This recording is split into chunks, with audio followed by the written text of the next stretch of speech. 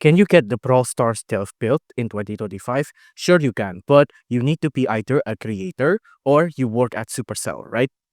If you work at Supercell or you're a creator, if you're a creator, you'll probably just get sent the dev build by the actual developer. But if you work at Supercell, you'll have to log in with your work account here on install.appcenter.ms, and then you can probably get the dev build from there. But if you're just a general public, if you're just a normal player, then you cannot get the dev build. Since the dev build is internal, it's something exclusively for YouTubers or for someone who works at Supercell, then of course you won't be able to get it.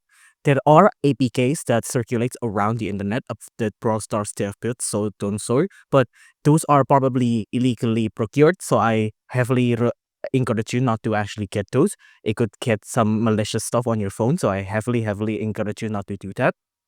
So in short, no, you cannot get the Brawl Stars dev build if you don't work at Supercell or you're not a prominent content creator. If you do work at Supercell, then of course you can get the dev build from this website here, App Center. You just have to log in with your work account.